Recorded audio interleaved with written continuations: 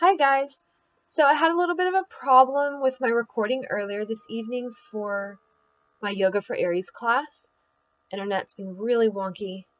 Don't know if it's me or if it's Zoom. I really hope it's not Zoom. But so this is going to be really a condensed version of the class. I'm going to go over again what Aries is, the energies associated with Aries, the qualities of Aries, and I'm going to give you then a really condensed version of the asana practice. And really, what I'm going to show you really was the asana practice that I offered. But like I said, it's just skipping the warm up and the cool down and the in between stuff, which I will then kind of give you some ideas for, but otherwise leave up to you.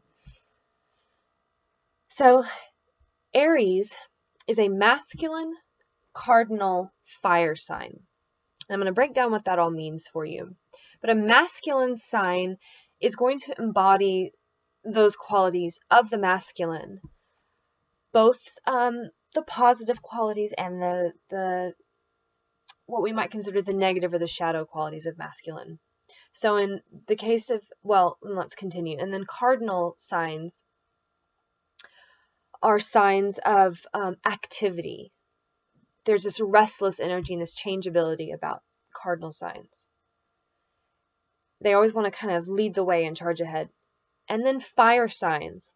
Again, they are action-based, passionate, filled with courage. So all of these combined together paints a really clear picture of a really typical archetype of the masculine. Positively speaking, it's going to embody those elements of the divine masculine, which is basically moving towards a goal with logical precision, driven by an inner strength and inner power and determination. It's passionate about reaching these goals.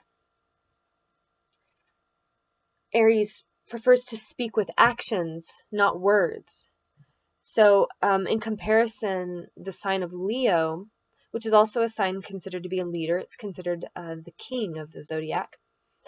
Leo really wants to lead with words. It's the orator. It's going to tell you and inspire you with those words what it wants you to do, and then you're going to feel so inspired you're going to want to go and do it.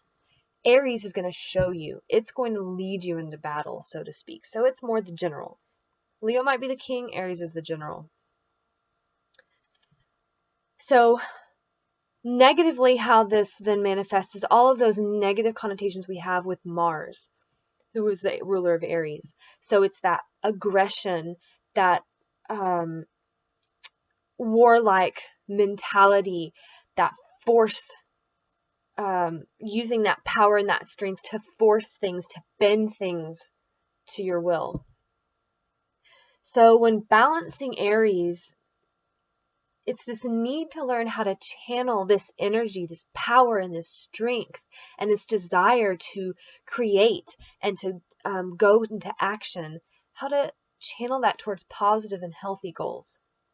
So I actually wrote a blog post about 2 months ago called The Art of Allowing, which dove into the archetype of the ram, which represents the sign of Aries. And that blog post talked a lot about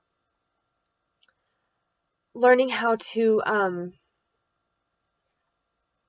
allow things to come into your life and relying on your inner strength and confidence to get you through whatever came, knowing that you could trust in your own abilities, that you had the strength and the fortitude and the courage to weather any storm, versus that imbalanced need to force things, using that strength and power to force things to bend to your will. So it's like the ram butting its head against a wall, trying to make the wall move, instead of just walking around the wall.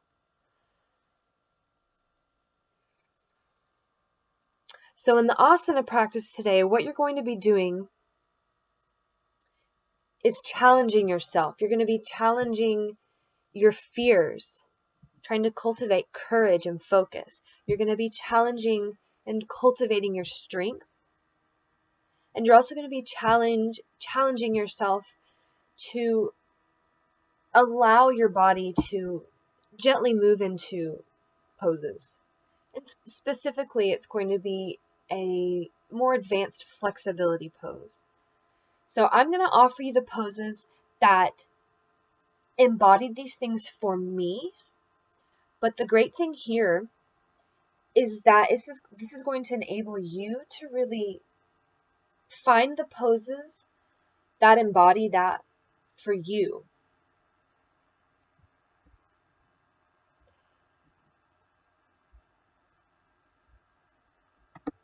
So the first thing I want you to do is you might want to get, if you want to follow along with what I do, I use a chair here. So you might want to grab a chair. You might find that you don't need the chair, or that you don't want to do the strength poses that I do, and that's fine. So for me, when I decided on a pose that was going to challenge my fears, the first thing that came to mind was forearm stand. I spent years trying to do forearm stand, and I was scared to death to do it in the middle of the room because I was afraid of breaking my neck. But I've just started practicing learning how to fall out of the pose, and then gained enough confidence to be able to do it in the middle of the room, and then I was able to do the pose. So you don't have to do forearm stand. Whatever pose for you brings that fear out, do that. That might be crow, it might be headstand, it might be handstand. Whatever in you really challenges the fear, that's the pose I want you to do here. I held this pose for as long as I could, and then I fell out. You can hold or practice moving into the poses for about 2 minutes here.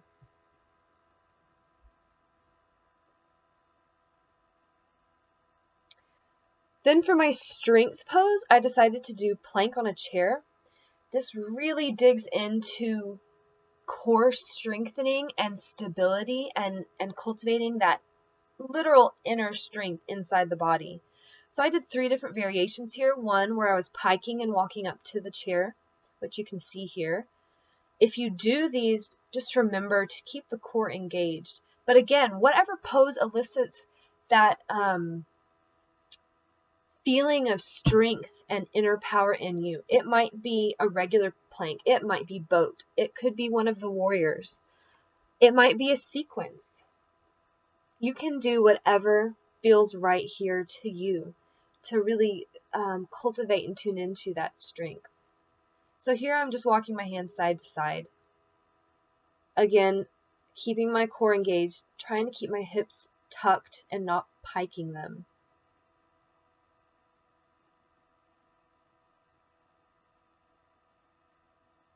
And even while doing these poses and really challenging my strength, I'm always remembering to stay in touch with my Ujjayi breath.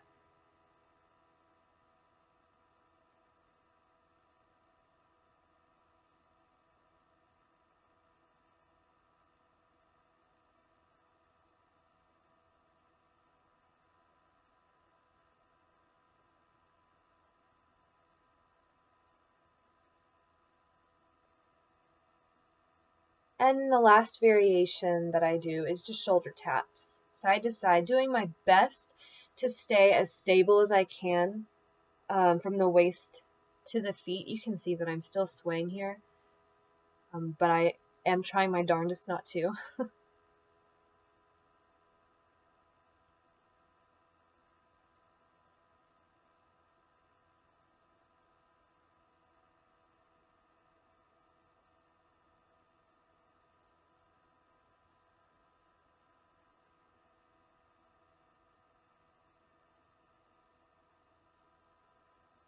And then for the final asana, to cultivate the art of allowing, to allow myself to relax into and challenge my flexibility and relax into these poses, I went with lotus.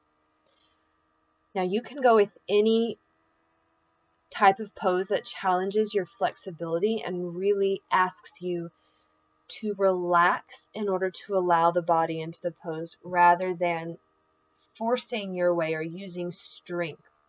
So plank, you're going to use strength to hold the pose, but a pose like lotus or cow face, pigeon, a seated forward fold, that's going to ask you to really lengthen and then relax into the muscles and the stretch.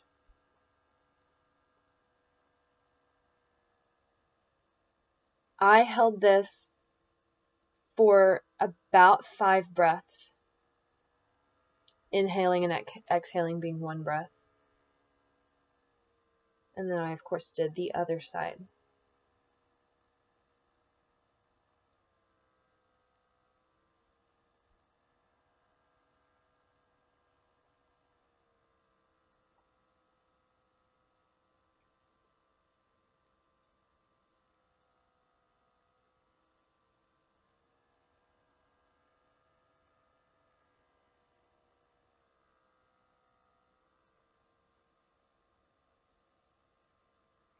And please don't forget to do as much warming up and pre-stretching of the muscles that you need. I was already warm here because I had just taught this class. But if I hadn't been, I would have done a lot of hip strengthening positions like goddess or side lunges and malasana squat pose. And then maybe legs up the wall with my legs wide and a bound angle at the wall, really pushing my knees open. So please remember to do as much warm up as you need to before you try to move into a challenging flexibility pose. And then, of course, end your practice with Shavasana. For every 30 minutes of practice, you need about 5 minutes of Shavasana.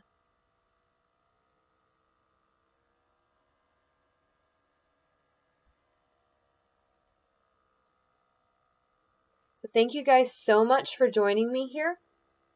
I appreciate y'all tuning in, and I hope you're enjoying my YouTube channel and all of these classes that we're offering, both on the paid playlist as well as in our free playlist.